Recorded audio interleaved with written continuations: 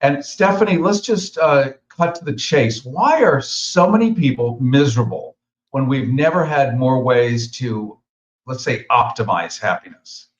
I think because we have lost sight of the fact that happiness comes from our relationships. As you mentioned in your introduction, we are deeply disconnected from one another, and connection is the pathway to happiness. And unfortunately, this sort of truth has been really lost in the ways in which our society has warped this idea that happiness comes from, as you said, optimizing yourselves, pursuing more and more, getting certain possessions or achievements. And I think that in order for us to find our way out of this moment, we need to remember that true happiness comes from being connected to other people. You know, we talk about old happy versus new happy, or you do in your book. Is it just another way of saying that we've been doing it wrong all along? It's, old happy is my term to try to collect a bunch of different ideas together into one to make it easier to talk about. And essentially, old happy teaches us that happiness is something that we get through perfecting ourselves, achieving more and more, and isolating ourselves from other people. And these messages are incredibly pervasive and have been conditioned into us through things like institutions and the media and our relationships with our families.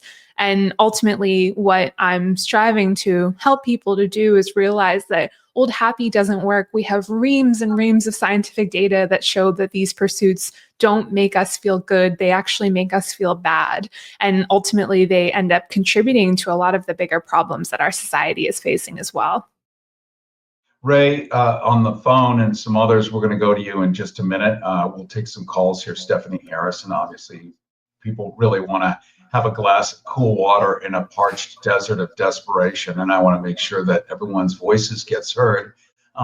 We're living in different times. I mean, even a month ago, it was the old world. It was the old way. It was just, let's fine tune it. We still would go to Malibu. We still would spend $300 on a special yoga suit so we could meditate with our palms up to catch the proper vortices, as they are known to spin specifically in Malibu and other places, maybe Sedona, Arizona. I'm being sarcastic, but practical at the same time. This is what many of us believe. That's the old happy. That is the old way of finding it. We're now in a whole new thing of real disruption, where gravity may or may not be real, according to fill in the blank. And finding happiness, security, stability with each other is kind of the new goal, not just me feeling self-soothing. I'm going to self-soothe today. But I have to soothe my neighbors, or if they're unsoothed, I am never going to be soothed. That's so beautifully said. I couldn't agree more. I think in the conversation that we've had as a society about self-care, we have forgotten that the best form of self-care is through caring for other people and our connections. And as you said, if we allow other people to be suffering, to be experiencing profound harm to their lives, to their own well-being, how can we say that we are happy and well on the inside? We can't permit these things to happen while also pursuing our own selfish pleasures. The two things are just fundamentally at odds. And so that doesn't mean that we can't do things that make us feel good or that bring us joy, or have the occasional bubble bath or spa day or whatever it is that helps you to feel like you're strong and capable. But we have to bring back the focus that we are a collective. We are deeply dependent upon one another, and we need each other. And that is the only way that we'll be able to really find the happiness that I think deep down all of us are searching for. We're talking right now to Stephanie Harrison. She is creator of The New Happy, with a master's degree in positive psychology from Penn, written for the Harvard Business Review, been featured in the New York Times and Forbes, even testified before the government on happiness, back when the government might have been interested in such a topic. Her new book, New Happy, has already become an international bestseller. Today, here to talk to us about everything, why we think everything we know about happiness is wrong, especially now, and helping others might be the secret to saving each other. Service, something that this country was founded on and something that we're looking to return to. All that in service of my show last week, where we found out that really people need to reconnect with each other and have community and fellowship. The surprising key to joy, how helping others boosts personal happiness. Like the way to get self-esteem is by doing esteemable things. For example, and you're not supposed to tell people this. You do it in top secret. When I go into Ralph's, for instance, which is one of the big grocery store chains here, and I see an older woman trying to load her groceries from the cart into her trunk, it's hard. It's difficult. I'll run up joyously like a spaniel wagging my tail, throw the groceries in her trunk, wish her a great day, and leave. I know she feels better. I feel great for like 3 hours, but I can't tell anybody. That's the key. I can't get credit for it. And it changes you. It really does. There's so much science to back that up, that acts of kindness, of course, they benefit, the lady who you're helping, the person who you're showing up for, but they also end up benefiting the giver, and sometimes even more than the receiver. And so that description, your story, what scientists have discovered is that not only do you feel better for up to 4 weeks after doing an act of kindness, but it's something that persists, and it helps you to change your identity into somebody who feels like they are worthy and they matter. And so much of this mental health crisis that we're experiencing in this country is, I believe, a result of people feeling like they don't have this deep sense of self-worth, that they're not able to contribute to lives in a meaningful way. And we don't have to start out by changing the world. We can just start out by trying to change somebody else's day, and we get the benefits that we're looking for. Carrie Harrison with you. This is the Carrie Harrison Files. We're live streaming right now on Substack. If you are smart and have checked that out, what a great place to watch this along with YouTube. You can simply Google Carrie Harrison Substack or YouTube so we can stay connected when you arrive at your destination, you car driver, you. You can also easily find us always at kpfk.net. Just go to kpfk.net. And don't forget to sign up for our newsletter at carrieharrison.com. We're talking right now to Stephanie Harrison, best-selling author, and we're looking at ways to cope in the complicated and uncertain times in which we live. Notice how I even have to put that in code. I would love to really lay it out, but I'm not gonna. I think we all kind of get it right now. That's the other problem, is normally if you go to a psychotherapist, they ask you to be specific and identify the real problem. But because we're so divided, to identify the real problem might put you on the enemies list of your neighbor. And we have to be mindful of that too, don't we? Yeah. And this division that we're experiencing, we're sort of, I think that in many ways, we don't realize how we're pulling ourselves apart from people, and how the more that we can come back to honoring our shared humanity and recognizing that all of us want to be happy, all of us want to experience the ability to have a good life, and there's nothing wrong with that. We should be celebrating our neighbors for what they do and their unique contributions to the world, and we should be trying to make the world safe for everybody to be able to experience those things. Stephanie Harrison, you say that helping others is the key to joy. You mentioned the science behind that. How does that science compare to, say, retail therapy, which a lot of people, they do believe it works?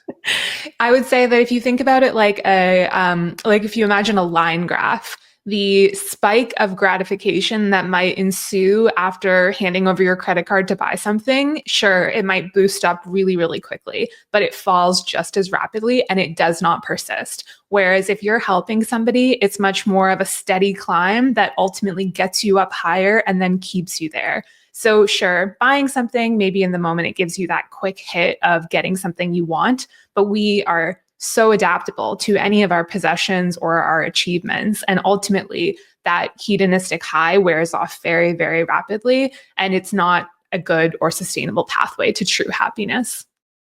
I have to admit, burnout, I have a severe version of it. It's like, I feel like Sisyphus, not syphilis, but Sisyphus, pushing that boulder up the hill, we'd see you smile, it's video, only to have that boulder roll back down and keep pushing it back up. I am one of hundreds of millions here, but I just happen to have the microphone, so I'm saying it. Burnout, practically a badge of honor in America. In other words, you worked hard and you're burnout. I'm burnout for 1,000 other reasons, like everyone else. What would be one simple shift that any of us can make today to start feeling better? It's such a great question. And you're right. There are so many millions of people who are suffering from burnout. One of the things I think that people don't necessarily know about burnout is that one of the key components of it is cynicism. So believing that other people are bad, or that the future is irredeemably flawed, there's no hope for us. And so one of the things we can do to address our burnout, even if we can't maybe change our circumstances, is to try to cultivate a better sense of optimism, a sense of care, a sense of connection, a sense of looking for the good in other people. And when we do that, that can help to bolster us to both make the choices that work for us, but also to continue showing up for our communities in these difficult times. Stephanie Harrison, I want to ask you a relevant question for today's times. And thank you. You're like so awesome, jumping back with really excellent, well-researched answers, which is why we have you on and not Mildred, who I could go find at Ralph's, who is very grateful for the groceries, but may not have any idea about this. If you had to give a TED Talk to a room full of billionaires, what would you tell them about the link between money and happiness? I love that question. If only, if I could do that, it would be a dream come true. I would try to tell them that their hoarding of wealth is not only harming millions, billions of other people, but it's also harming themselves. And I would use the research to convince them that this pursuit is not only flawed, but it's also contributing to our broken world, and that there are so many better things that they can do rather than devote themselves to simply amassing more and more. And principally, they could be focusing on giving more and more. We have some callers here at 818-985-5735. Those are your Harrison hotlines, 818-985-KPFK. And I think we have Ray to ask you a question. Ray, you're on the Carrie Harrison Files. Oh, hi. I want to wish everyone a happy day and a good morning. I wanted to express the fact that shows like yours are absolutely necessary in times like these, and it's really appreciated by everyone. I had a suggestion. You asked for suggestions last week, and you said you would take them today. So I would like to suggest that you invite these administrators, these government administrators, to explain on your show exactly what they're doing and to describe exactly what they have in mind, and in simple terms, explain their policies, their practices, and their decisions. And I would suggest that you challenge these people and invite them on the show. Okay. Well, I love the idea. If they say yes, you know I will do it. And I appreciate your call, Ray. I think Ray speaks to the news cycle, basically a 24/7 anxiety machine. Really, we've all watched the news. We all watched it obsessively, C-SPAN, whatever, for years and years. But 3 minutes of it puts me into a backspin like crazy. How, Stephanie Harrison, do we cultivate real joy when the world, as Ray just pointed out, feels like it's absolutely on fire?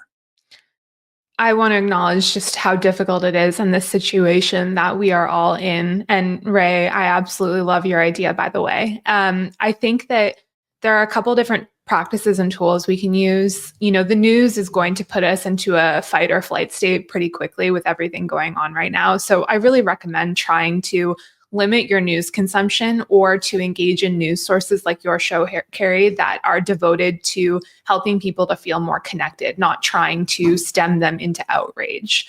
The second thing we can do is to remember that we're not supposed to deal with this by ourselves. We're supposed to deal with it through connection. And that means coming together, having conversations, building those meaningful communities that support each other. And then finally, it's about devoting ourselves to a greater purpose. What can we do? You know, none of us are going to be able to save the country or the world by ourselves, but we can all do our small part to make a difference. We can all show up and try to support other people who are struggling and try to make a difference here. And if we can do each of those things, they can provide that level of support that allows us to not only cope, but ultimately even thrive. Carrie Harrison with you. This is the Carrie Harrison Files. Don't forget to sign up for our newsletter at carrieharrison.com. Talking to Stephanie Harrison, whose surname is so awesome I can even pronounce it. She happens to be the creator of the new Happy, got a master's degree in positive psychology from Penn, written for the Harvard Business Review, been featured in the New York Times, been featured in Forbes, even testified before the government on happiness, has a new book called New Happy. And you testified before Congress on happiness. I mean, this is just, I don't know whether to smile or clutch the pearls that I'm not wearing, but did they actually listen, or were they just giving tax breaks? It was actually for the government of California specifically. So looking at their commission on happiness, and they did listen. They were very engaged and very supportive. I think that if I was to be speaking in front of Congress, especially right now, we'd be having a very different conversation. And ultimately, there is so much misinformation out there about happiness. So many people who have been led astray thinking that power or domination or the massive, the pursuit of wealth and status are going to make you happy. And unfortunately, a lot of that seems to be playing out in many ways in the public sphere now too.